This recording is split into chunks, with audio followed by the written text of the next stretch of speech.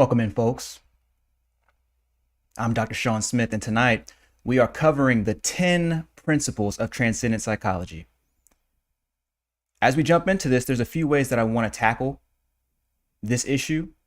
And we're going to start off with basically why transcendent psychology exists, some of the problems that it covers, and then we're going to jump straight into the core 10 principles that guide the entire philosophy of spiritual responsibility. And before we jump in, I'm going to go ahead and send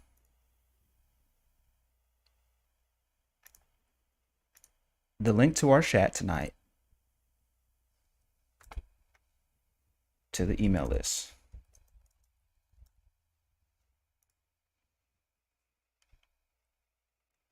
Perfect.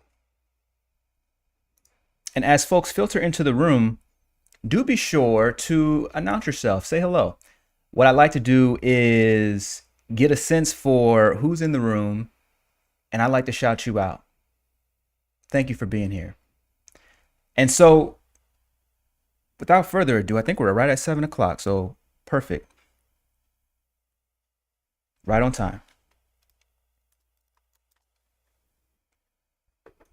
Without further ado, I want to begin this conversation with an understanding of transcendent psychology. Tonight, we're going to be working from page 35 and 36 out of Spiritual Responsibility.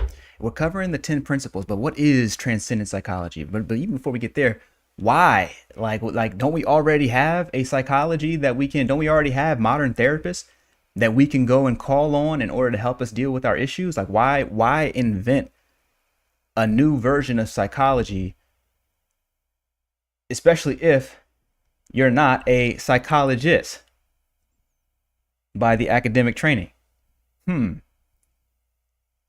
If you'll go back to a conversation that I had with very popular influencer, controversial, but certainly incredibly intelligent and incredibly impactful, my conversation with Dr. Umar Ifatunde. He is a certified clinical psychologist. And during that conversation, you can actually find it on YouTube on the Dr. Shawn Smith channel. He said something that was really interesting. He said, the reason that a lot of people in our community do not get a lot of help from traditional therapy is because traditional therapy does not deal with our spiritual way of life, does not deal with our spiritual cosmology.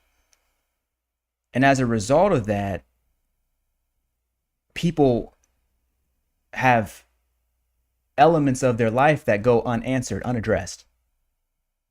I said, okay, well, why is this? He said, well, it's because modern psychology has taken God or supreme consciousness out of its lexicon, out of its modus operandi, out of its corpus, out of its foundation. And as a result of that, it has no way to deal with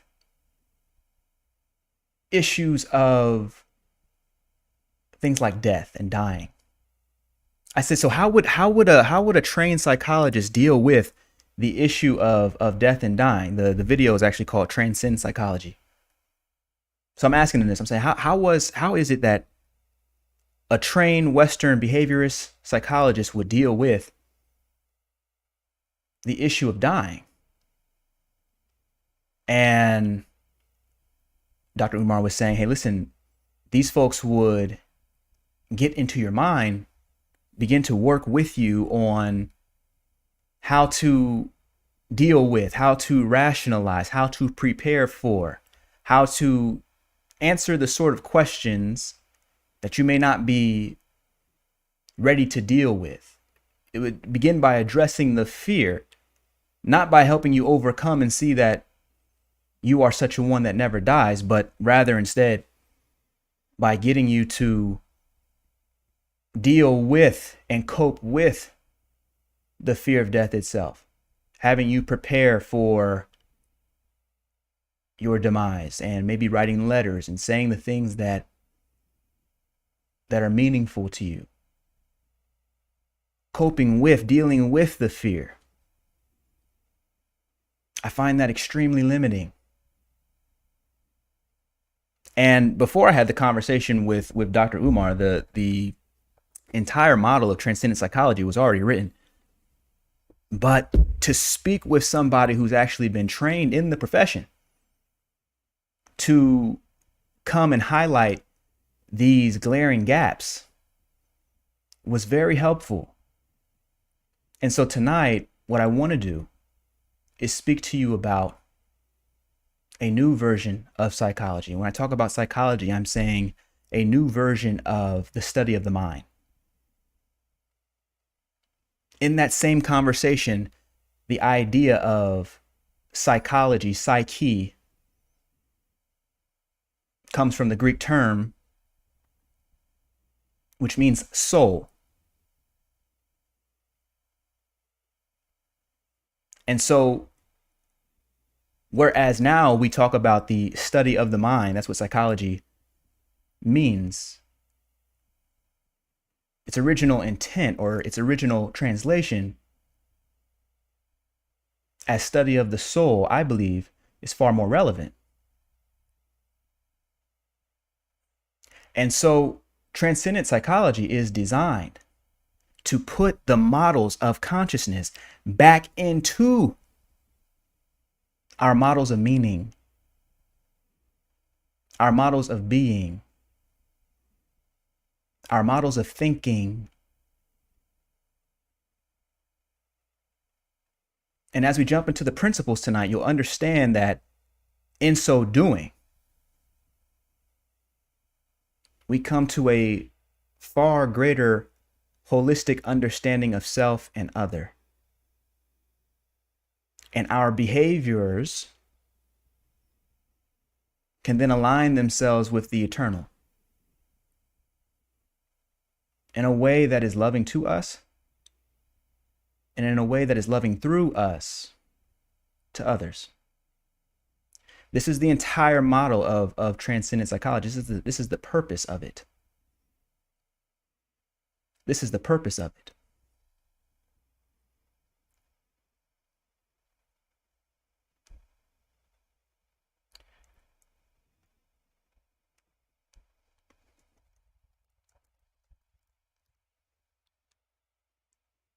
And so as we move tonight,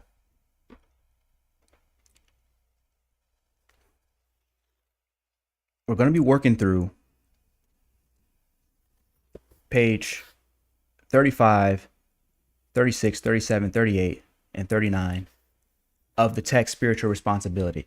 My goal tonight is not to read word for word what's in the text, but rather to speak about these principles so that you come away with a better understanding of our work here and the type of model, the type of new model of therapy that is possible as a result of studying transcendent psychology. Conscious transformation technologies, as you've heard me speak about them many, many times, is the system for organizing the mind in accordance with supreme consciousness, so that we're able to design our reality in a way that is consistent with our inner being. Humanity is moving far away from the time where we see ourselves as just physical matter, mechanical beings with nothing else to us. Isn't it strange that the psychologists have never found anything called mind? Isn't it strange that the physicists have never found anything called matter? You say, okay, well, what about atoms? Atoms are matter, the essential building blocks. But then if you cut into an atom, you find at its nucleus subatomic particles. And if you cut into those, you find elementary particles. And if you go deeper into those, you find zero dimensionless points. the matter is never found. Just as there is no place in the brain where the mind is ever found. It happens to be a working assumption that has no evidence to it. And so if we are going to transcend the current models of psychology, we have to address the nature of reality directly. Transcendent psychology challenges the ontological understanding of traditional psychology. What am I saying? Ontological, the very nature of reality, the way that traditional Western psychology has viewed reality. Transcendent psychology enters in to suggest another way. And so let's definitely jump in here. Oh, V is in the room. V, what's happening? Kamar in the room. Hello, hello. Welcome in, welcome in, welcome in. By the way, before little housekeeping, everyone who was on the master classes and who came to the master classes, please check your email. I've just like last week, I was saying, hey, look, every single person who came to the master classes, as my way of saying thank you, I want to bring you into a 6-week program that's going to train you extensively in conscious transformation technologies, the full system. The full system. All the details are already in your email. I'm giving out 5 slots, and essentially what I'm having you do is you'll donate $500 to a charity of your choice, and you'll come in, you'll be at every single class. You will enjoy yourself, of course, because I'm telling you, I've placed everything that I have into this training, into this 6-week program. And so I'm offering it to the first 5 people who basically want in, and you're not paying me anything. You're going to pay that to a charity. You're going to bless somebody else, because when you bless somebody else, obviously that blesses you too, raising your spiritual vibration.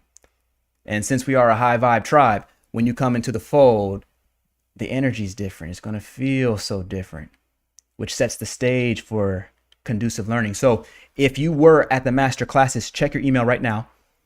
4 slots are already filled up. So whoever's next to basically say, yo, I'm in, you're in, and we're going to rock that out. I want to start that, especially that Kamar, you guys should already have your email. Everybody's got the email.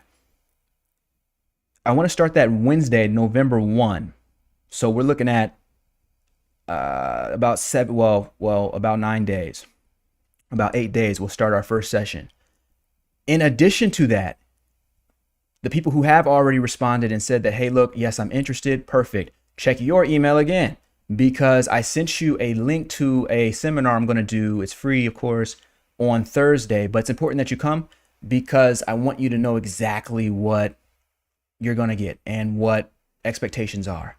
And again, this is just my way of saying thank you for being and for being here. Thank you for being and for being here. And as we continue to move throughout the next 6 weeks, I think you'll understand the value of what's being given. You'll understand that on Thursday, actually. So by the way, that's Thursday, 7 p.m.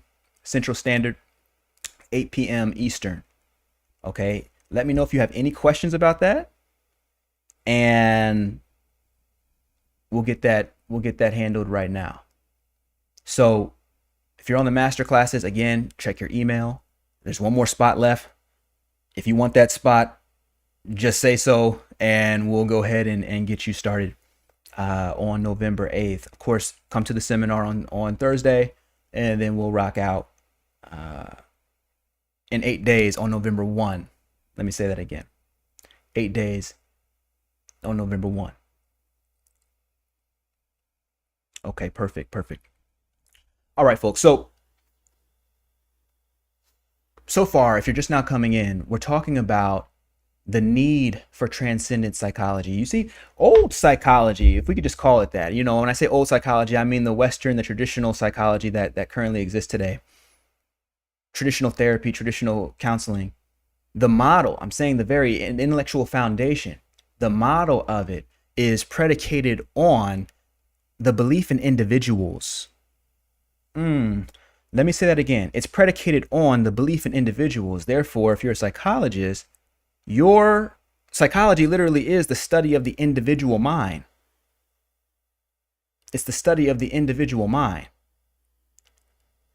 And so old psychology is placing so much belief in the individual and making it so that the therapeutic models are really about handling how the individual relates to its world, its sometimes dangerous, sometimes precarious world. And so transcendent psychology is not about the individual. It's not about an individual person. It's about the one. Transcendent psychology is about the one. How do we relate to ourselves and to the world in light of a unifying theory of consciousness, in light of the fact that all is of God essence? Might we come to see the world as a more interconnected place, where our seemingly trivial actions have consequences that can be quite positive if we would take responsibility for them? Are you seeing where spiritual responsibility, it's already seeding in. Are you seeing where spiritual responsibility is going to become paramount? The idea that we are not merely individuals and that other people are not merely other people, but ourselves. We'll get into that in just a moment. I can hear people asking, how would somebody who is not a trained psychologist, my PhD is in communication, how would somebody who is not a trained psychologist even begin to speak on psychology? And the reason is because at the end of the day, communication, the study of communication, is the study of meaning.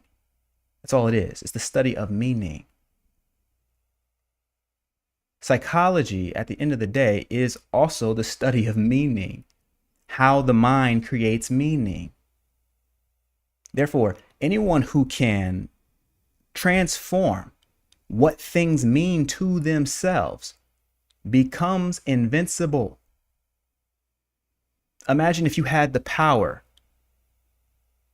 to take the negativity that somebody puts on you and you had the power every single time to reframe that in such a way, to recreate meaning around that, to change what it means to yourself. And that way you would stand empowered every time someone hurled an insult at you. Why? Because you are taking ownership over your capacity to create meaning about your reality, which creates new pathways for behavior.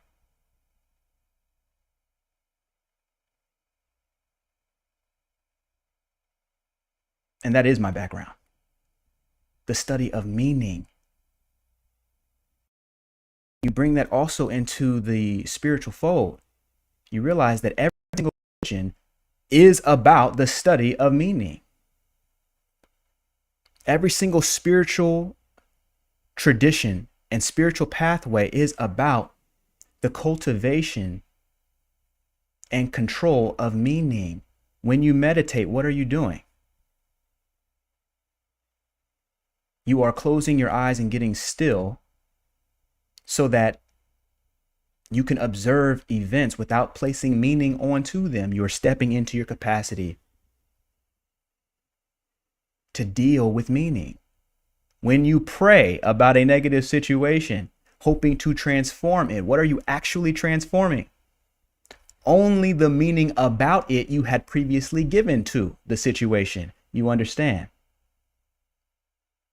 And so when we talk about meaning, when we talk about the nature of meaning, we are talking about the nature of mind, which is the nature of reality itself.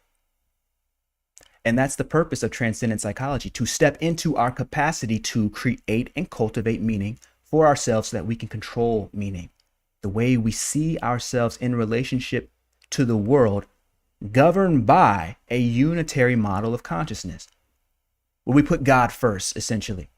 We put God back into the models of mind that we operate with. You'll discover that tonight when we talk about our 10 principles of transcendent psychology.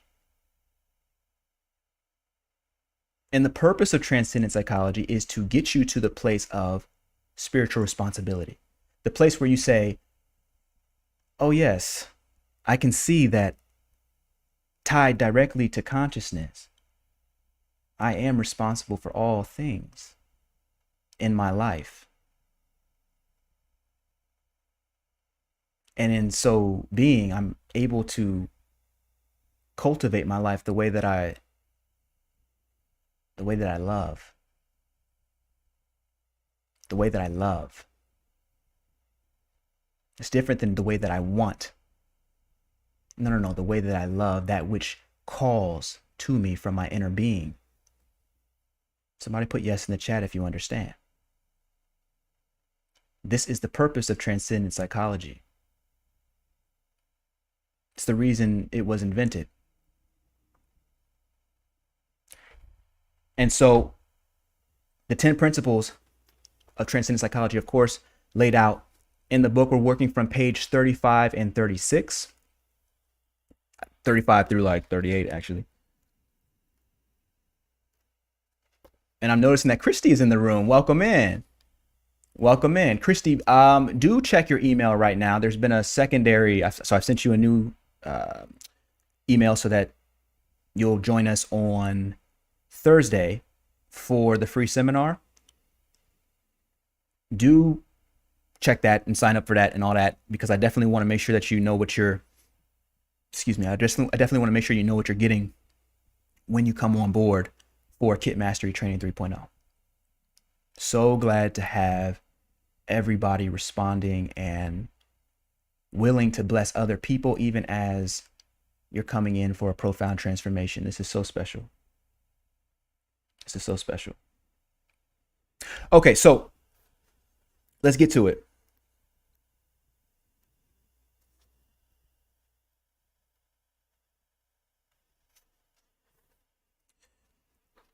We're talking about the 10 principles of transcendent psychology, a new model for therapy, one that actually deals with the entirety of the person. It allows us to deal with belief, which is just the other way of saying creating meaning. Belief is just another way of saying meaning. It allows us to deal with belief in a profound way at the deepest levels. At the deepest levels. And so let's do it. All right. Christy's saying yes. Kabias is saying yes. Welcome in, Kabias. Kamar is saying yes. Excellent. Let's jump. 10 principles. Principle number 1 of transcendent psychology. Consciousness is the only thing. Consciousness is the only thing. This is principle number 1. Why is that important?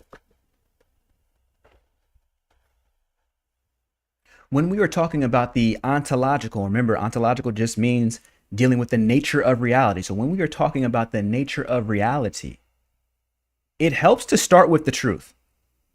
It helps to start with the deepest fabric of reality that we can find.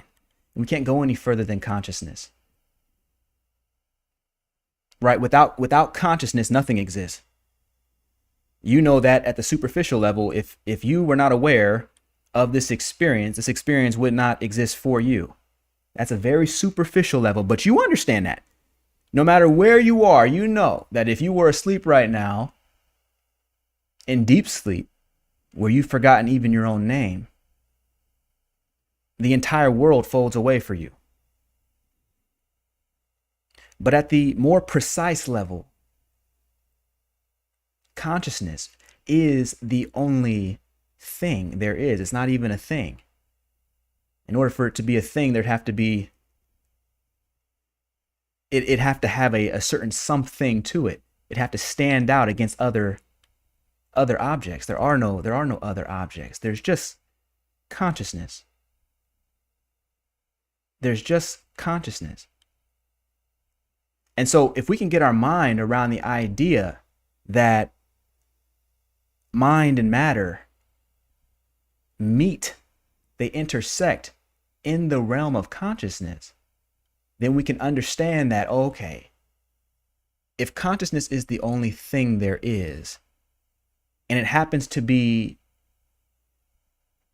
not only the fabric of reality, but its substance.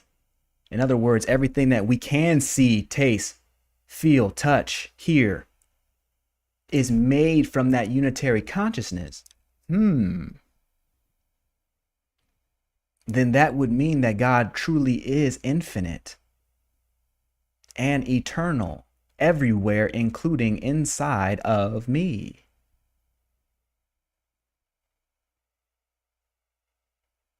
It would also mean that to resist another person, object, place, thing, situation, to call it and label it negative, is to label an aspect of myself as negative.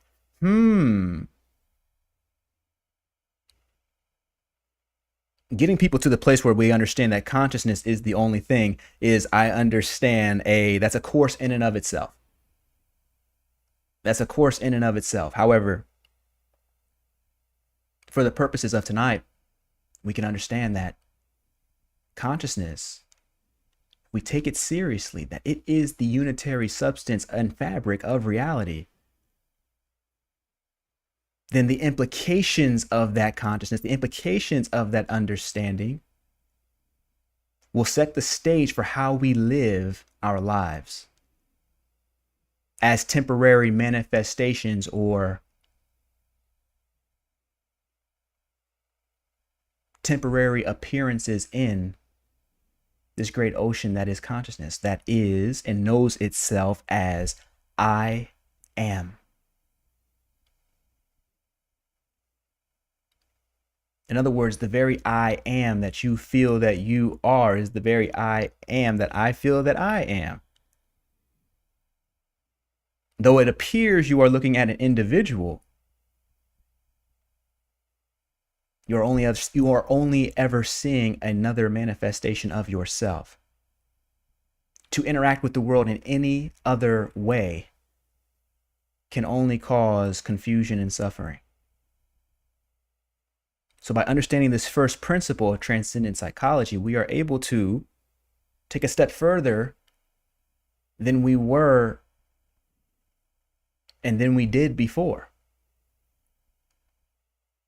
That's because reasoning from this first principle, that consciousness is the only thing, we can avoid blaming other people for, even in subtle ways, for whatever the conditions are, whatever the situation is.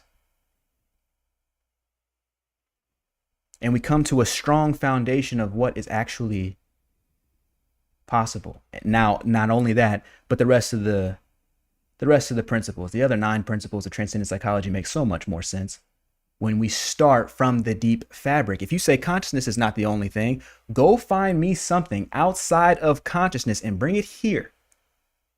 Bring it here. Anything. We'll all pay you as everything that's in our bank accounts. Okay? If you could find something that is outside of consciousness and show it to us. The very act of your pulling something and saying, see, look, here it is, requires consciousness or awareness, 1, for you to discover it, 2, for you to bring it here for us to deliberate on it and to actualize it and say, and to agree that, oh yeah, this is something. We cannot know reality outside of consciousness. Why pretend? Why pretend any other way? You can talk about, oh, well, there are star systems that I've never been to. Does that mean they don't exist? 1, those star systems exist as thought models, which you are aware of and you can put out on a piece of paper. But don't miss the point. The idea of consciousness is not the idea of perception. Sight, sound, hearing, touch, smell, these come and go. But the consciousness with which they are known does not. You know that a person, if you were to go blind suddenly, you know you would be aware, conscious of darkness. You would still be seeing darkness. In other words, the consciousness doesn't go away. The perceptions, the vision, the sight of things goes away. So we understand that that consciousness is the only way that reality can be known. And as such is coterminous with, means the same thing. It is reality. It is reality. Once we understand that first principle, the other principles become easy. Somebody say that's making sense. Oh, Shango, welcome in. Look at Trend Genius in the building. Trend Genius in the building. He's saying keep up the great work. Man, Trend, so beautiful to have you in here. So beautiful to have you in here. That's a good soul right there. Yeah, if you haven't seen the video that Trent and I did, you could check out his channel or check out mine. It's on both, but Trent's speaking hot fire on the concept of faith and manifestation. How is that concept even possible? How could you even manifest reality if consciousness were not the only thing? Given that consciousness is the only thing, our vibrations matter. Our thoughts matter. Every single thing, including the computers that we're speaking through, the microphones that we're speaking through, the clothing that we're wearing, was a thought at some point in somebody's mind. And so the idea is that the relationship between thinking and the externalized world is far more porous, far more connected than most ever think or consider. And so because consciousness is that single unitary substance, it is possible to have nothing and then have a thought about something and then have a feeling that corresponds with that thought about something, and then put into motion all of the actions necessary for begetting that something into what we call existence, what we call the physical realm. Somebody put yes in the chat. If I say yes, I understand principle number 1 before we move on. We'll be here all night if you don't though, you know what I'm saying? But regardless, I'd rather handle one principle than go on to 10 that don't make sense. Okay, so Kamar's saying that's making sense, but Kamar, is it really though? Is it really? Like, let me know. Say, yes, I understand principle number 1. And if you don't, let's handle that right now, because this is the single most important cornerstone of transcendent psychology. If you say that consciousness is not the only thing, that there are things outside of consciousness, I'm going to need you to present empirical proof. How do you know? Now we are getting at not just ontological question, the nature of reality, but epistemological questions, the nature of knowledge. How do we know that we know? You got to show me. You've got to show me. Oh, but wait. To show me will require awareness. And that's the point. There is nothing in reality outside of awareness. That doesn't mean that you need to constantly be, like, you have to be perceiving, or you have to even be, you know, that everything that's in your consciousness is in your perception. Let me say that another way. You don't know all of the things that you are aware of. That's how broad awareness is. Our goal is to come back into that mass understanding of consciousness so that we can operate from a new position, a new place, in a new reality, one that's in alignment with the truth. The great philosophies of all ages, from Taoism to Buddhism to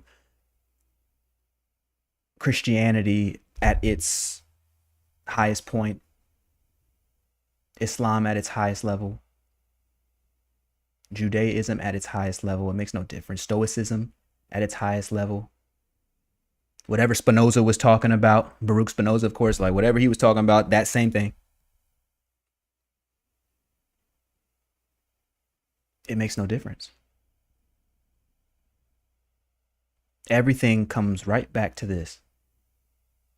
Beyond these languages that we can use to express the truth still is. And that's the beautiful part. Okay, so Kamar's saying that's making sense. Let's recap. Okay. Are you want to recap, or you want me to recap? Are you about to, if you're writing right now, let me know. But I'm gonna jump in with a recap as well.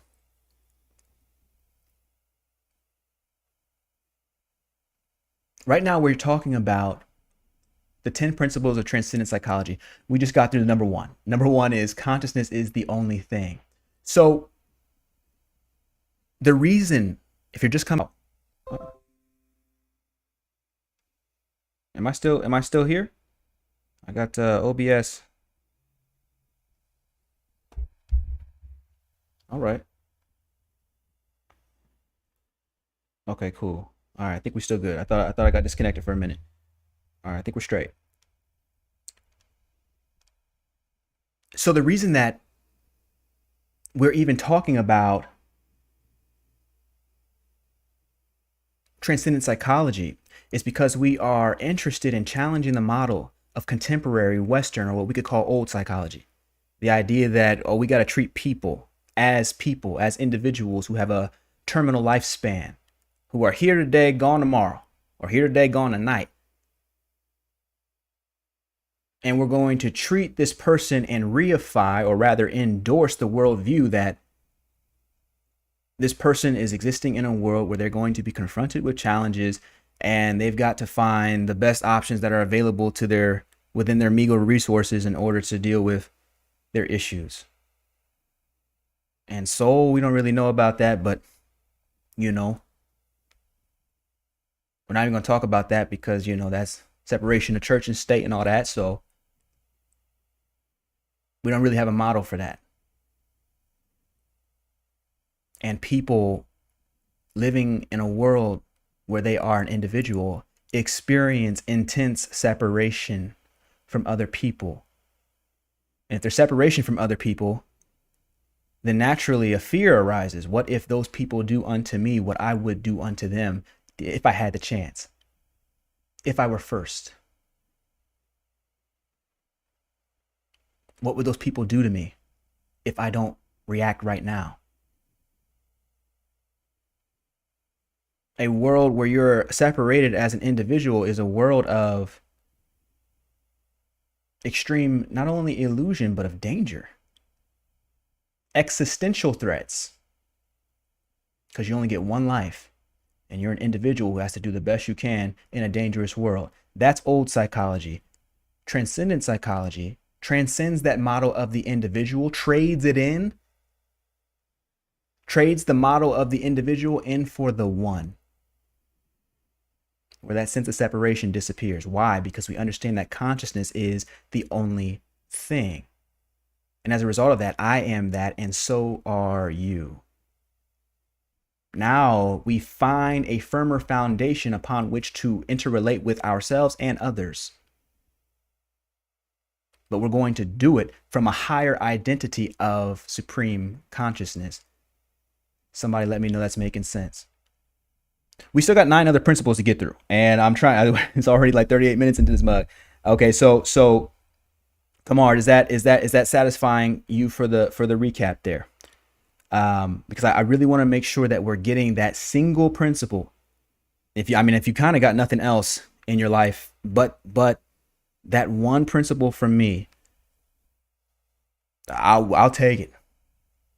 I'll take it. Now we got 9 others, but that one is super helpful, because now understanding consciousness as the unitary thing, the only thing. It's not a thing, but the way that language works, I have to say it's a thing in order for you to know that it's the only one. Okay, well now I can relate to people differently. What do you think happens to your ideas of competition What do you think happens to your ideas of fear and the belief in scarcity when you can feel connected to the all in all? The very nature of your problems changes, doesn't it? Not in the sense that the bills disappear in a puff of white light or whatever the case, but just in the sense that the perspective shifts.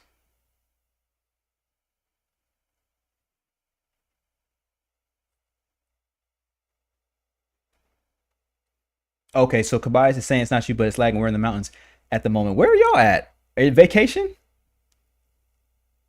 Okay, let me find out. So it's a little lag for the twins. No problem. Um, no problem. Yeah, I'm curious. Where are y'all taking vacation?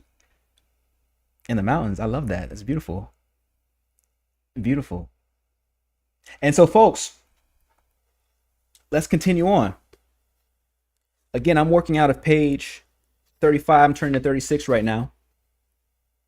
For principle number 2. Principle number 1 was consciousness is the only thing. We got to understand that first. That's the first principle. We need to understand that consciousness is the only thing. I understand that it is if this is the first time you've ever heard someone say that, if this is the first time you've ever kind of come into contact with this kind of speech before, then yeah, okay, we would need more than what we have tonight in order to unpack epistemologically and ontologically the claim that consciousness is the only thing. Yet for the purposes of tonight, I'm letting you know that it's the first principle of transcendent psychology. And so the very point of transcendent psychology is to bring you back in touch with that unifying, unitary consciousness, and then begin to get you to act from that place, to think from that place, to feel from that place. In so doing, you get one step closer to spiritual responsibility. Spiritual responsibility. Let's move. So, principle number 2.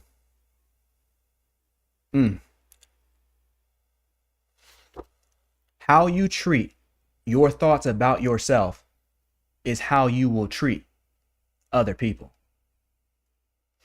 Let me say it again. How you treat your thoughts about others is how you will treat yourself. That's the other way of saying it. That's principle number 2. Y'all remember when famous celebrity, I don't know, I don't know how I want to handle these. Famous celebrity goes up on a stage at an award show some time ago and slaps the speaker on the stage, the host of the show, for a seemingly benign joke about his wife, right? I remember after that happened, this was a very famous celebrity, one that I had been following my entire life.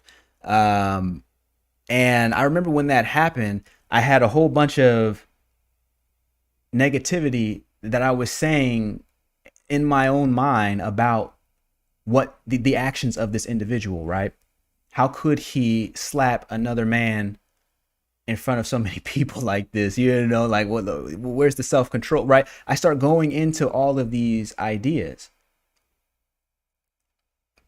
The problem with that, and not only did I, obviously there was a conversation, you all know who I'm talking about, but there was a conversation online about, was this person in the right or were they in the wrong? And now, was he standing up for his wife, or was he, what I'm saying, was he insecure, or whatever the case? And as I'm witnessing all of those conversations and also observing the thoughts and my own reactions as they're happening within me, it became obvious to me that the thoughts, it was one clear example, that the thoughts that I was having about this other person would eventually find me in my own darkest hours. The thoughts I was having about this guy, oh, how could he do that? How come he can't control himself? How come he can't the moment that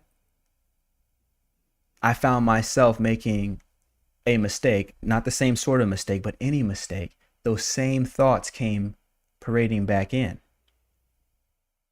Why is that? Because how you treat anyone is how you will treat yourself. How you treat anyone is how you will treat yourself, even at the level of thought. It's fun sometimes to laugh at other people's problems and that sort of thing, but or to chastise people when they're going through a hard time, whatever the case. But when you chastise somebody who's going through a hard time, there's no judgment on this. Just be prepared for that same judgment, architected by your own habits of thinking. Be ready to find those same habits deployed back upon you. Why is that? Because the subconscious mind doesn't make a distinction between you and someone else. You're talking about yourself. When we understand that consciousness is the only thing, then to speak ill of someone else is only to sow the seeds for the very habits of thinking that will self-deprecate when you least want it to, need it to. When you most need to be confident, there comes those voices of doubt built up by habits of thought and meaning creation that you've cultivated by talking about somebody else. Why is that? Because the subconscious mind does not know a distinction. Why is that? Because all is one. All is one. Therefore, it is a sophisticated model of therapy to begin to watch our words about other people, because we're only speaking about ourselves. It is sophisticated therapeutic knowledge to watch our words about other people, because we're only talking about ourselves. Even if you get a little bit of joy out of it right now in the here and now, unfortunately, the very habits, and there's no judgment on it. That's not a good thing or a bad thing. It's just that the very habits of you speaking about somebody else, of me thinking this way about this person I have been following my whole life. Oh, just as I can observe myself experiencing those thoughts about that other person, soon those thoughts get deployed right back on me. Why? Because the subconscious mind does not know a distinction between you and other people. Why? Because all is consciousness. Consciousness is the only thing, which means there is a unifying substance. We are all, it's one. It's one. And once we can understand that, then, watching my words about what I say about other people is watching and taking care of me too. How many cases of depression could be handled just by helping somebody understand that and control how they manage their own words, how they manage their own language about other people as if they were speaking about themselves. That's principle number 2. Someone also let me know if that's making sense. I definitely want to stop where relevant, but I want to make sure I keep going so that we're not here all night. Let me know if that's making sense. If it's making sense that consciousness makes no distinction between you and others. Let me know if that's making sense. Let me know if it's making sense that how you think about someone else sets the stage for how you can think about yourself. Let me know if that makes sense.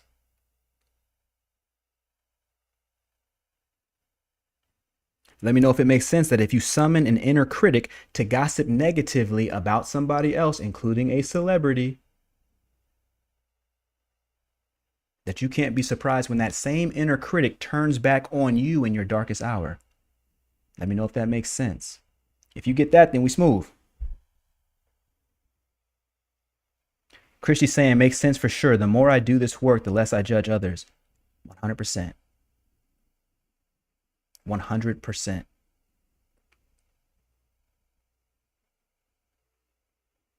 100%. And now we're ready for principle number 3. Let me know if it doesn't make sense. Let me start there. Let me just know if you're like, I don't know, champ. Like, let me know if it doesn't make sense, so we can address that quickly.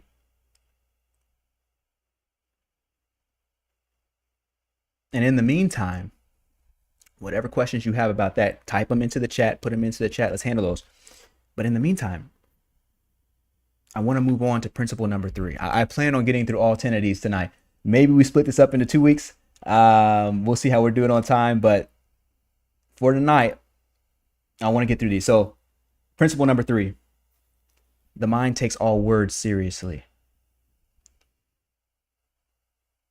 Notice how important language is in this model of transcendent psychology. Language, words, the communication, again, communication, the study of meaning. Language is the smallest packet of how we construct meaning in our lives. Who remembers their freshman year college class of like anthropology or something where they talk about the Sapir-Whorf hypothesis, right? The idea that language constructs reality. Now it's a hypothesis, right? It's but it's very helpful in thinking about the way in which taking ownership over the words that we use helps us think in new ways, helps us see in new ways. In other words, when you're telling jokes to yourself, consider that the subconscious mind does not take a joke. Marilyn Jeanette talks about this in her book, Feel Free to Prosper. She says, listen, subconscious mind cannot take a joke. So if you're joking to yourself in a sarcastic way, calling yourself foolish, calling yourself any sort of negative term, but you're joking about it, you're just trying to be sarcastic, subconscious mind only hears you saying that about yourself. And so you can make jokes, of course, but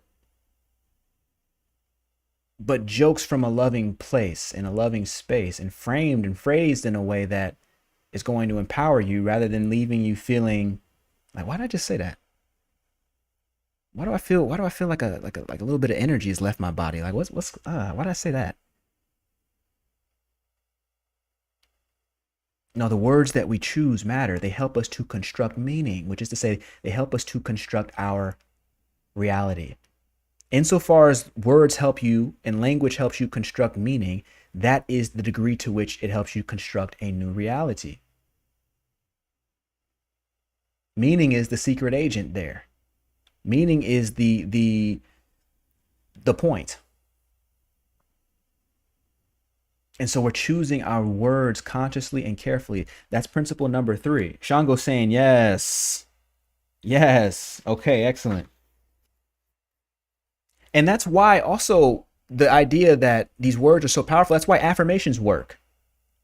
Because you are picking a phrase that is packed with meaning for you, that when you say it, you feel it. You're picking a phrase and you're saying it over and over and over and over again, creating a mountain of meaning that will reshape your reality, that will reshape your understanding of yourself and your relationship to the world. So affirmations are also a part of the system of conscious transformation technologies because they're a part of the system of transcendent psychology. They're a part of the guiding philosophy. They're very important because we're taking ownership even over the words that we speak and certainly the words that we think.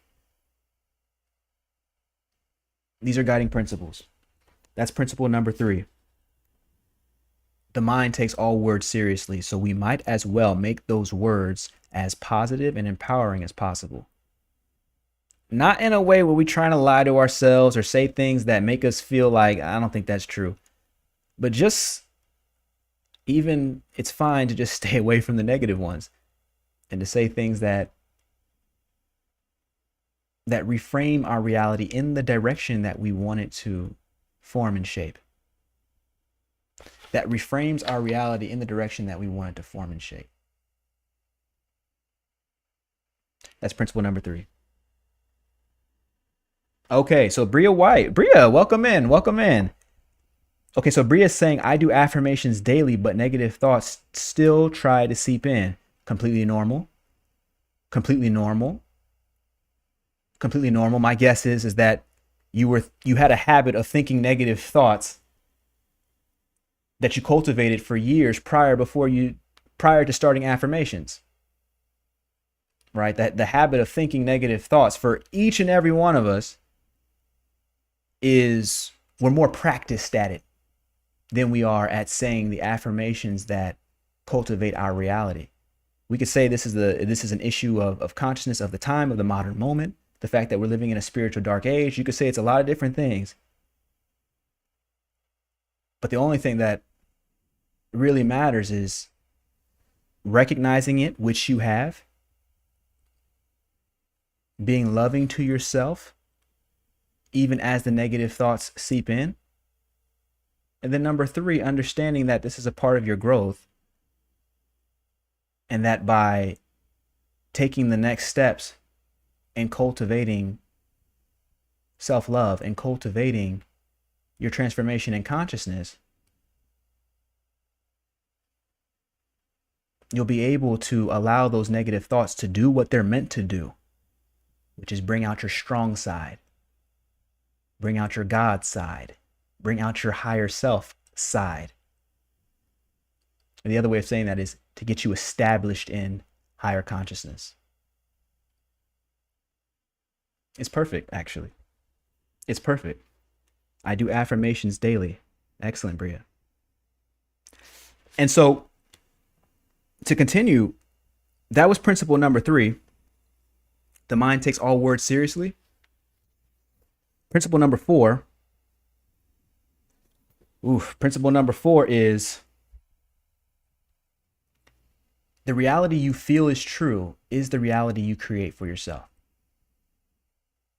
You may have heard this said as, what you believe, you shall achieve, right? That is sort of the cliche way of saying that whatever you feel is true becomes true for you. How is this possible?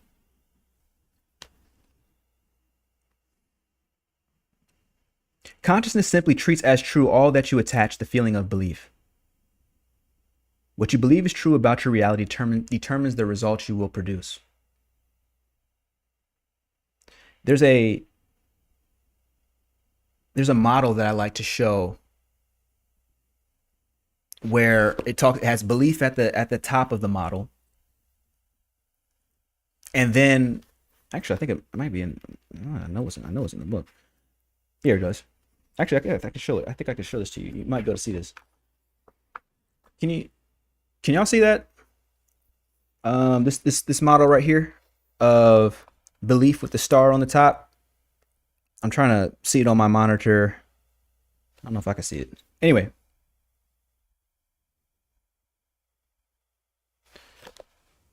Yeah, you can kind of see that. You can kind of see that. So belief is at the top. Belief is the feeling. What is belief? Belief is just a feeling that a thing is true. And notice in the model that belief determines your thinking.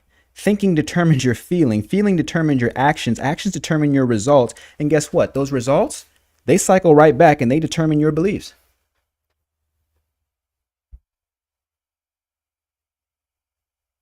They cycle right back and they determine your beliefs. So belief, the feeling that a thing is true, if you believed that the world is flat, or let's do it the other way, that the world is spherical, it's a sphere, you're going to develop your science in accordance with that model of belief.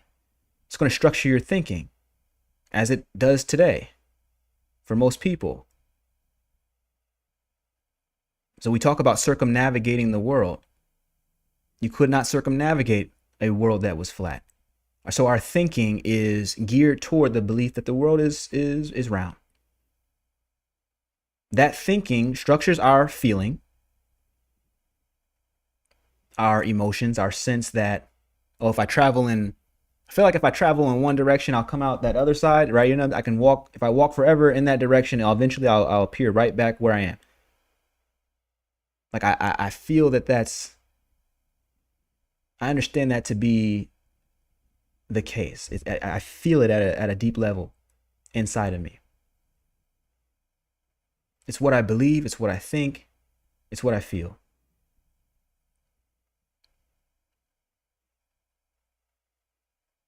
That feeling starts to structure your actions. There's a reason that when planes fly, they don't just fly straight across the sky. They fly in accordance with the bend of the planet so that they don't gain altitude as they cover more and more distance. They fly with the front of the plane bent toward the earth. That's an activity, an action, predicated off of a thinking and a belief set that is based on the belief that the world is spherical, the world is round. And naturally, as a result of that, we're able to fly to other locations without flying off the planet, right? That's a result that helps us understand that and helps us reinforce the belief that the world is spherical. I hope that's making sense. I hope that's making sense. But it starts with the belief. The belief is going to structure the thinking, which structures the feeling, which structures the actions. Those actions dictate our results, and those results become evidence that reinforce our beliefs. Okay, so I think we are understanding that. So now when we come back to principle number 4, that what you feel is true, the other way of saying that is what you believe is true about reality is the reality that you create.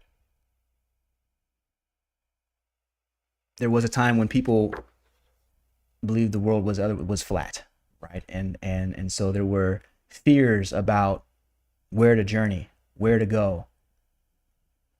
We don't want to sail off in a direction that is uncharted because we might fall off the earth. And that halted the transmission of knowledge, goods, services, people, the ebbs and flows of civilization for centuries. That single belief that people thought they had evidence for. They thought that they could see the end of the earth, right? You see the horizon line and it looks like nothing's over there. This is the problem. So with every belief, it's not that you can find evidence for every belief. And guess what? That evidence will strengthen that belief, which strengthens the thinking. It cultivates the thinking in alignment with that belief, which cultivates the feeling in alignment with that thinking about the belief, which cultivates your actions, which cultivates even more consistent results that support the belief. And so it's the same thing when it comes to our own beliefs about money, our own beliefs about abundance, our own beliefs about love, our own beliefs about self-worth, our own beliefs about friendships and our relationships, our own beliefs about our talents. It's the same thing. This is one of the first concepts of manifestation, that what you feel is what you create. And that's exactly what principle number 4 of transcendent psychology is. Okay, let me know if that's making sense. Let me know if it's not making sense. Okay, so Shawn goes saying the negative will not ever go away. Your job is to manage it. Hopefully that even the negative will serve you. That's Shawn goes saying my experience. And Bria saying, Shango, I try to catch negative thoughts and construct them in a positive way. It takes a lot of work. Okay. I like this. I like this conversation. What if we understood the negative thoughts as being predicated off of a particular identity? In other words, when you're having a negative thought, who do you believe in that moment that you are? When you're having a thought and you're saying that it's negative, I'm just curious, who do you think you are in that moment? Are you a tiny person who's being acted upon by the world? Or are you your higher self who has everything you need in order to live at your highest level at all times? Just curious. So, principle number 5. I think we might be able to get through these. Principle number 5. What you believe is key. You can change your interpretation of your thoughts and feelings for your highest good. Principle number 5. What you believe is key, as we covered, and that you can change your interpretation of your reality for your highest good. Let me read a bit. In the end, we interpret reality through the sounds and images we pay attention to and assign belief. And assign belief. So this is getting at what Bria and Shango are talking about right now. The interpretations that we assign belief. In other words, we could say, if you're having a negative thought, what if you were to take away the belief from the thought that, or from the negative thought itself? What if you were to retrace the belief that that negative thought even mattered, or that it was even negative? Like if you had the power to say, okay, you're having a negative thought, you're having a negative interpretation of reality. In other words, you are creating the situation to be negative. You're assigning it a meaning of negative belief. Well, if you were to strip the belief out, then all of a sudden, the negative thought is merely a set of images in your mind, a set of visualizations, no more real to you than the idea of a cloud. The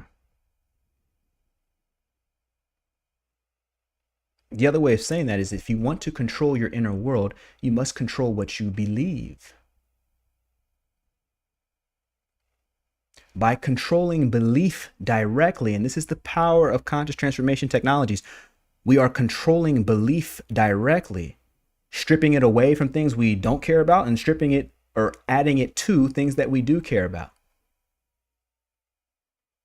If we had the power to strip belief away from negative thoughts, then we render those thoughts harmless. Because how could they still be negative if we no longer believed in them?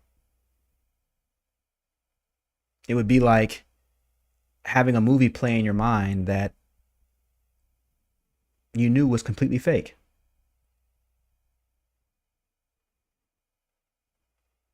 No longer an issue.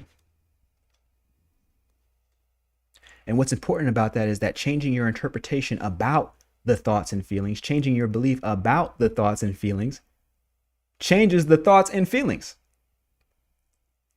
That's the benefit. It changes the very thoughts and feelings. In other words, it is not the negative belief, it is not the negative thought that is the problem. It's the belief that that negative thought might be true, might come to pass. That's the issue. No belief, no problem. By managing and taking ownership over belief itself, you control how things affect you. This is principle number 5. What you believe is key.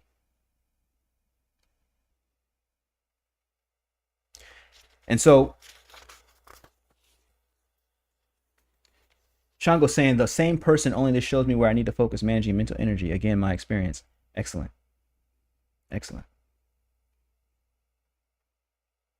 Principle number 6, taking spiritual responsibility is the path to greatness.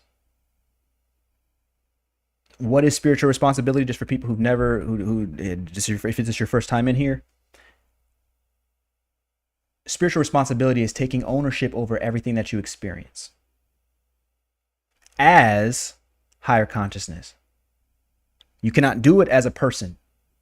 The person is weak. The person will break. The person sometimes has good days. The person sometimes has bad days. The person is an ego. It is a thought construct. However, by getting back into higher consciousness, it is possible to take spiritual responsibility over your experience, not by trying to control and micromanage more things, but by letting go, by setting your intention, by letting go of all the negative thoughts and feelings that would stand in your way, letting go of the self-doubt, letting go of the fear, letting go of the anxiety. You don't need it when you know that you are everlasting and eternal. Self-doubt, fear, anxiety, overthinking, these are for persons, people. But were you to understand yourself as more than that, as greater than that, then all of a sudden, where fear was helpful before, now it's not necessary. Are you seeing that? If you were able to stand as higher consciousness throughout your day and stay in it, would you see that fear, self-doubt, negative thoughts and emotions were at best helpful for getting you to the place where you could shift your perspective? But after that, they've done their job. They can go. Are you seeing that?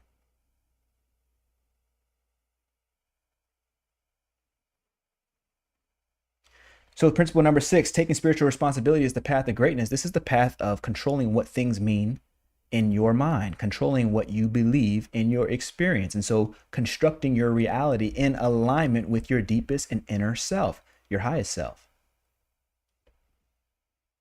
That's taking spiritual responsibility. That's principle number 6. Let's go to number 7.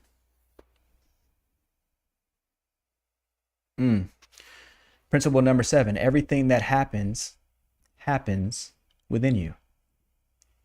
Everything that can happen happens within you. When I say within you, I'm not talking about a physical body. I'm talking about the you that is supreme consciousness, what we call supreme awareness. Everything that can happen happens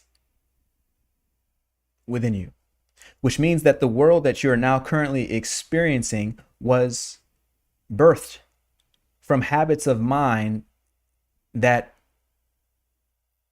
you enacted in your past.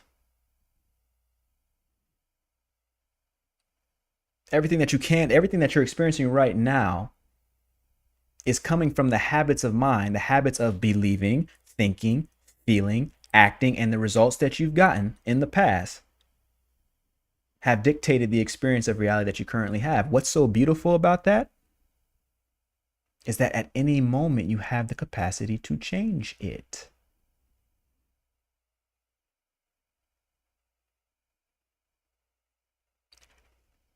At any moment, you have the capacity to change it, to change what you believe, which changes your thinking, which changes your feeling, which changes your actions, which changes your results, which changes and reinforces that new belief.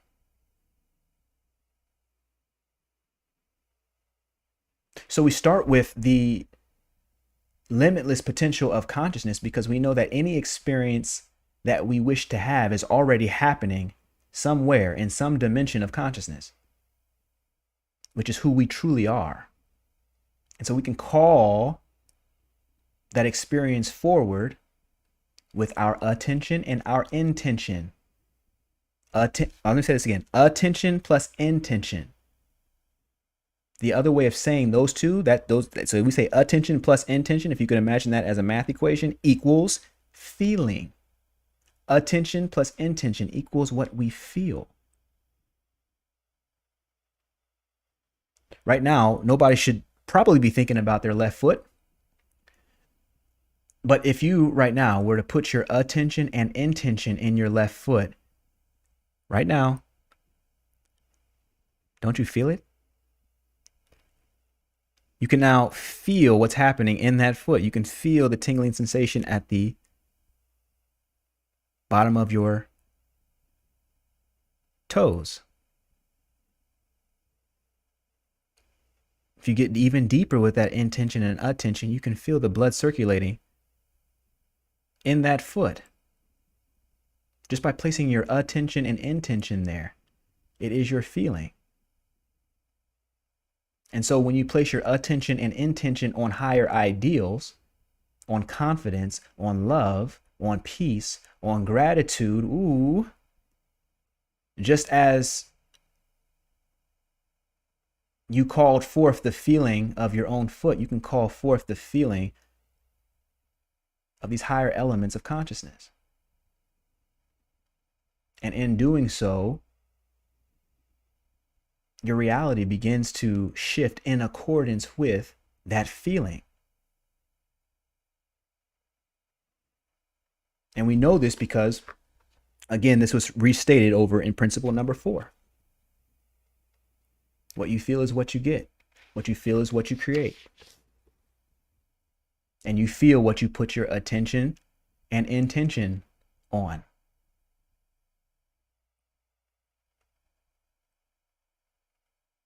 So going back, principle number 7, everything that can happen happens within you.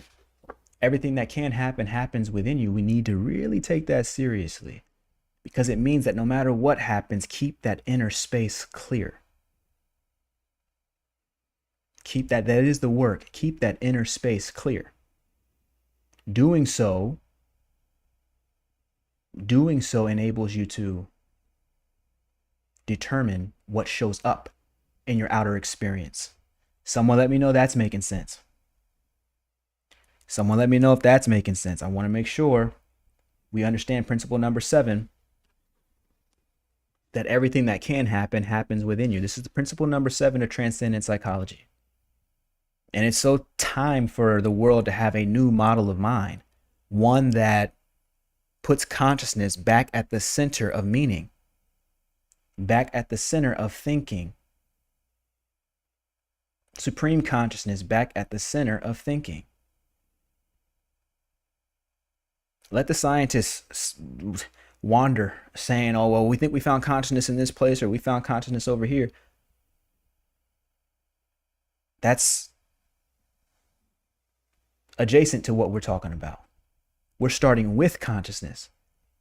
We're starting with the nature of reality and building our models and maps of meaning around it, not the other way around. This is the triumph of transcendent psychology over old psychology or Western psychology. And so Bria White is saying, yep, Shango saying makes sense to me. Excellent. Let's continue then. I'm working from page 42. Principle number 8. Principle number 8. Faith is how you build what you want. You'll notice on the book cover here that I've got Supreme Consciousness, Iodine Mind, and Faith. Supreme Awareness, who you are, Iodine Mind, the peace that it brings, or how you feel. Controlling how you feel, that's the Iodine Mind. And then Faith is creating the life that you actually want. Holding that feeling intentionality, that attention and intention steady, so that whatever you're feeling gets birthed into your reality. How is that the case? Because whatever you're feeling is another way of saying whatever you're believing is going to structure your, the routine by now. The belief is going to structure your thinking. So I have a new empowering belief. Now, what follows naturally are new empowering thoughts. Even if I have to go read a new book, my belief that something is possible, that it is possible for me to learn how to play piano. Okay, so then the next thought, if I believe that it's possible for me to learn how to play piano, the next thought is, what's the best way for me to learn? Maybe I'll go find the best teacher. And the feeling that, that it's possible for me to learn is going to drive me to not only finding the best teacher, but sticking with the lessons, because emotionally I feel confident. I feel that if I just put the work in, I'm good. That shapes my actions, which is practice. And with practice, I get better and better results.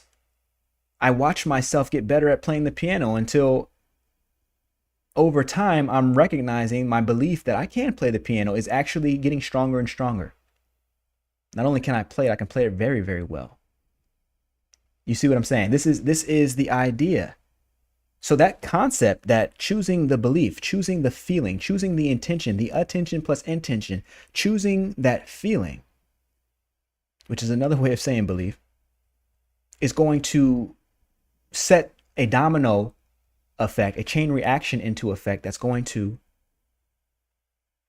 change not just the belief, but the thinking, change not just the thinking, but the emotions and the feeling, change not just the emotions, but my actions, change not just my actions, but my results.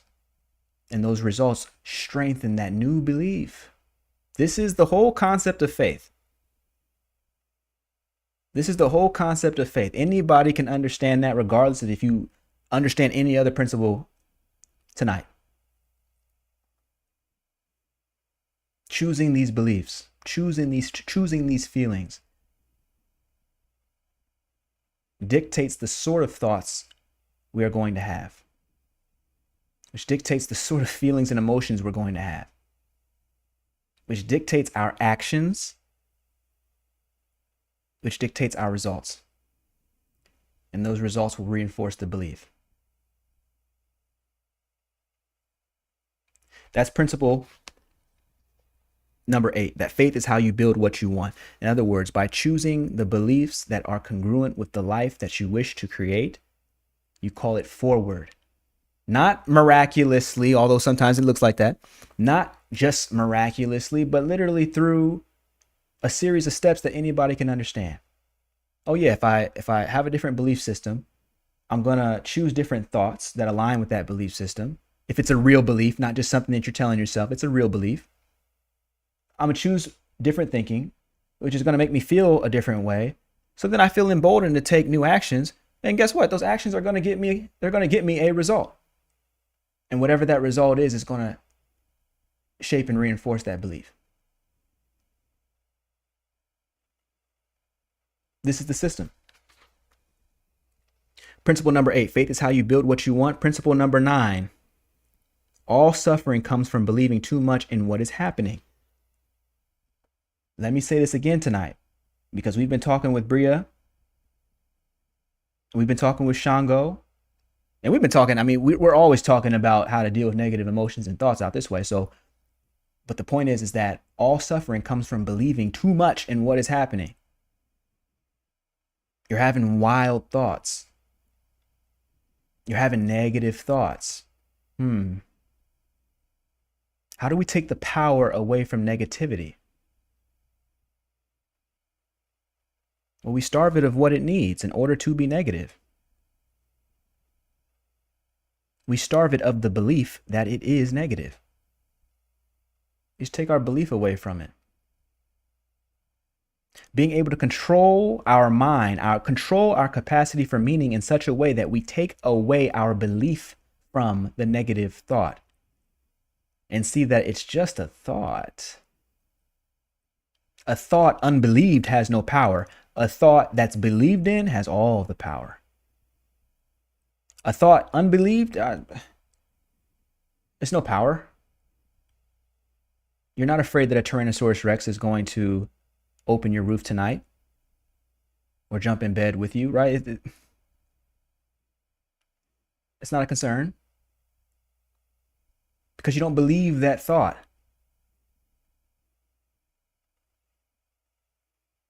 The difference between somebody who is struggling with a mental illness of schizophrenia and somebody who is an enlightened master, the only real difference is the level of belief to which they assign their thoughts. Somebody who is dealing with displacement and schizophrenia and is seeing images and ideas and the moment they imagine a green goblin, like they believe that it's really in the room with them, that person's going to freak out. Any of us would if we thought we were actually seeing these aberrations. However, taking away the belief in such an aberration, the belief that it's going to cause you harm, the belief that it's even real, the belief that the experience is even negative, well, all of a sudden, I can think about all the gnomes and all the things that I want walking through here right now, and there's no concern. And the same is actually true for our everyday life experiences as well. Somebody cuts you off in traffic. Can you redact the belief that that's a problem? What if you let go of the belief that they are a problem, or that what they have done is an issue? You can see it for what it is and let go of the belief and watch the negativity fall away. Because negativity is a product of belief in a thought that we wish didn't happen, in a situation or circumstances that we've created meaning around to say this shouldn't have happened this way. I don't like what's going on here. To retrace that belief, to drop that belief, is to let go. It is to let go. That's why principle number 9 is that all suffering comes from believing too much in what is happening. Therefore, we find clarity when we can let go of the belief that a thing is an issue, that a circumstance is a problem, that a circumstance shouldn't have happened. If we can just let go of that belief and just allow the circumstance to be,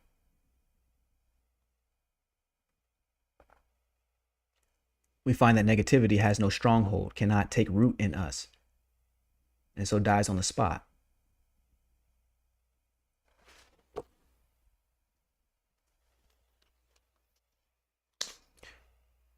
Principle number 9, all suffering comes from believing too much in what is happening. Principle number 10 of transcendent psychology. Identity is everything and you can choose it.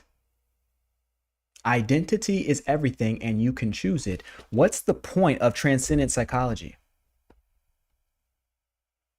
Identity is everything and you can choose it. Remember, old psychology assumes that your identity is as an individual. You're a person who's come into this office to lay on this couch, who probably needs some talk therapy in order to get through a certain situation or whatever the case.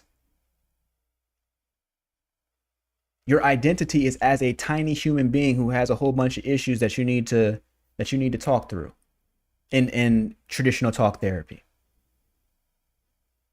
What I'm saying is that identity is ultimately in consciousness, which means from moment to moment, because all things across all realities are already happening in consciousness, we can choose who we wish to be in this moment without letting go of our true identity as supreme awareness. So we can take on the identity of a father, a mother, a brother, a sister, whatever the case is, recognizing that it is just a temporary identity that allows us to fulfill a simple function in human life and still keep our eye on God. In other words, still keep our heart centered on love, still keep our primary identity as supreme awareness.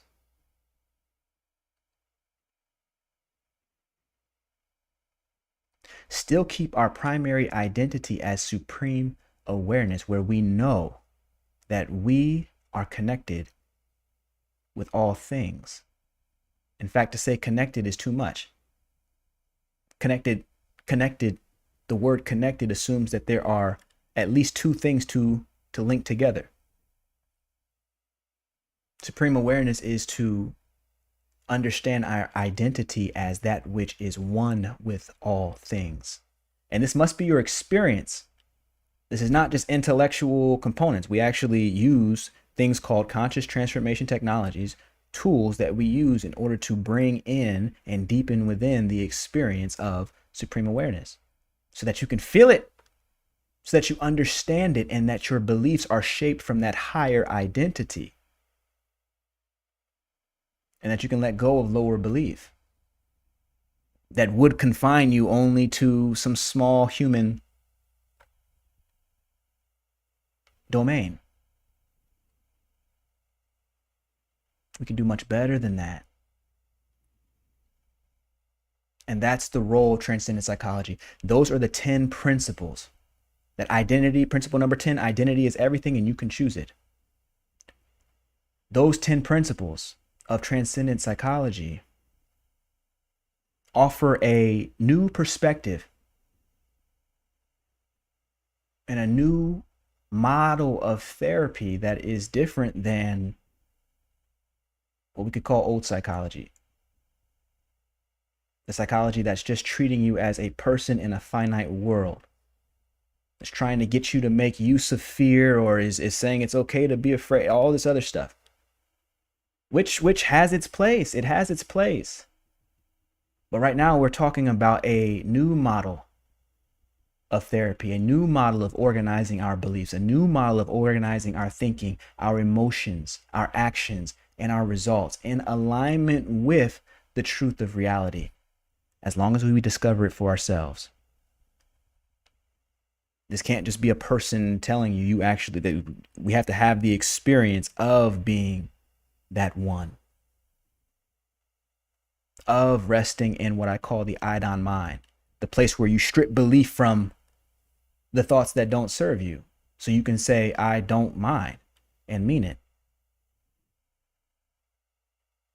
Only to abide back in faith, or apply your faith wherein we're taking belief and applying it to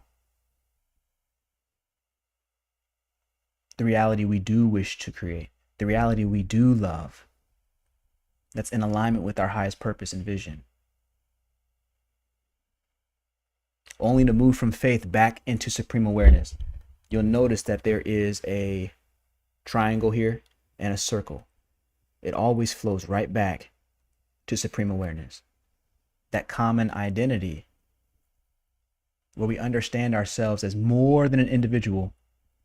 We understand ourselves as supreme awareness. The purpose of this is to take spiritual responsibility for our reality, to decide what things mean and the reality we wish to create. The way we do that is with conscious transformation technologies. These are spiritual tools and techniques that we are going to use in order to cultivate that level of spiritual responsibility, that level of reality building. And it's what we came here to do. This is how we get profound transformation. Imagine what it's like when human beings can relate to one another, not as individuals who have different political interests, but as of the same common source and essence. When we're able to organize our minds to create meaning that's in alignment with this identity shift. When we're taking responsibility even over the words that we're saying to one another inside of our own minds. Even if I don't say it to another person, how am I saying it to myself about the other person? You can see that such a way of interrelating changes how the species operates. It changes humanity. And enough of these choices made consistently, as we know, our actions do have an impact on our DNA. It transforms the species. So if you want to know what I'm up to, like that's it. That's it. What if we could create with our own conscious choices, our own loving choices, a way to do what we love, with whom we love, how we love to do it, and to enable that same possibility for others.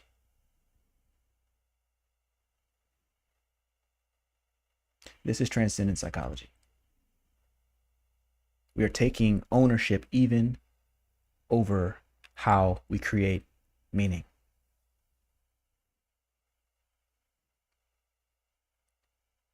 And so, folks, with that, we had a tight show tonight. I think that is going to wrap it up for us for the evening. We got through all 10 principles, which is excellent. By the way, folks who are in the masterclass, I want to say this one more time. Do check your emails. Okay, I've got a special invitation in there for you. And I will see those who respond on all who have responded and will still respond on Thursday night, 7 p.m. We're doing a seminar. And then after that, November 1, we will begin. So I cannot wait for the full 6-week program in conscious transformation technologies. There's so much that I have for you. So much time that's been spent on this. It's so wonderful. And there is no better way to get brought into this understanding of supreme awareness than and to feel it. To feel it. Some people do ayahuasca and all that. That's cool. But I like getting there without the drugs so that you don't need the drugs. It's cool, but I like getting there without the drugs so you don't need the drugs. And having habits of meaning that you can operate with after the effects of the drug have worn off. That's what I like. I just like doing it for real. You know what I'm saying? So that's what's being offered here. That's what's cultivated here. That's the purpose of conscious transformation technologies, to help you generate and build your capacity for spiritual responsibility, which is the heart and cornerstone of transcendent psychology.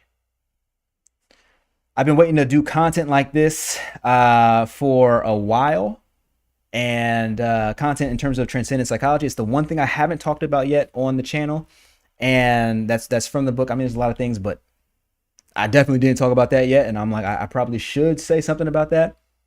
If you want to get a snapshot of what transcendent psychology is, you could listen to this back, or go watch the Transcend Psychology with Dr. Umar that's on the channel. You'll see that this concept is meant to address what I see as a gap in the modern lexicon of Western thinking. And that by putting consciousness back into our models and maps of meaning, we're able to achieve an understanding of reality that is more in alignment with collaboration, more in alignment with truth, more in alignment with love and being our higher self, and organizing our world from the inside out, from that inner space of peace, and recognizing our essential oneness. If you received this message, if you understand what I'm saying, even if you don't understand what I'm saying, let me know in the chat. Say I'm with you. Say I understand a little bit, or I understand fully, or I understand, but let me know what you're feeling, thinking, before we jump up out of here tonight, because I want to make sure I'm addressing any questions that are kind of lingering, anything that's kind of like, man, I don't know about that player. Let's go ahead and handle that tonight. Of course, there'll be future opportunities as well. So Bria's saying, how do you join the masterclass? The masterclasses are actually over. However, if you are interested, I'm doing a seminar this Thursday at 7 p.m. Central, 8 p.m. Eastern. So the same time that we started tonight. If you'd like to join that, I'm going to put media. I'm going to put the link in the chat so that you can just click and sign up for that, and then I'll just see you there. Will that be on YouTube? No. Lives are going to be on YouTube. But Shawn, let me put this joint in the chat real quick so that y'all can have it. For people who do want to join on the seminar on Thursday. I don't like to date the broadcast, but this Thursday. Let me just go ahead and get this out for you right quick. So, but of course, I gotta find it. Here we go. So what I'm doing is I'm going to put the seminar in the chat for you. It's called the True Freedom Seminar. We'll start that Thursday at 7. I'll put that even in there too, just so you can put, mark that on your calendars. 7 p.m. That's Central. Keep in mind I'm in Austin, Texas, so 7 p.m. Central. That's like 7 for me. If you're in New York, it's Eastern. Okay. So there's gonna be a link. It's gonna take you to a page. You'll put your email in there. That way I can send you an email when you'll have all the stuff. You'll know the time and all that. And we'll go ahead and get it popping like that. Okay. Shawn goes saying I'm ready for Thursday. Excellent, excellent. Be sure, so I'm not gonna be on YouTube on Thursday. I'm gonna see you guys next week on a live. But on Thursday we're going to be in a private the seminar is going to happen in a different space, so that'll be for that. Okay. Bria's saying thank you. I'm saying thank you, Bria. Thank you for joining in tonight. If this is your first time, welcome in for sure. Okay, excellent. So cool. So folks, listen, I look forward to seeing those who can attend on Thursday. And I've had such a wonderful time speaking about, for the first time, this is the first time I've ever spoken publicly about what transcendent psychology is and gone through its 10 principles. And the understanding today that the world is ready for a new model of mind. One that puts God at the epicenter of the mind and has us relate with that which is always so, as opposed to trying to pretend that we're just individuals in a fragmented world feeling all this separation that we now have to cope with. No. Now is the time for us to actually go higher, and to do that using basic principles, ancient principles. And so if you've received it, certainly say yes. I want to say thank you so much for joining tonight. And I cannot wait to see you next week. So I'm going to put peace out in the chat here. I love y'all.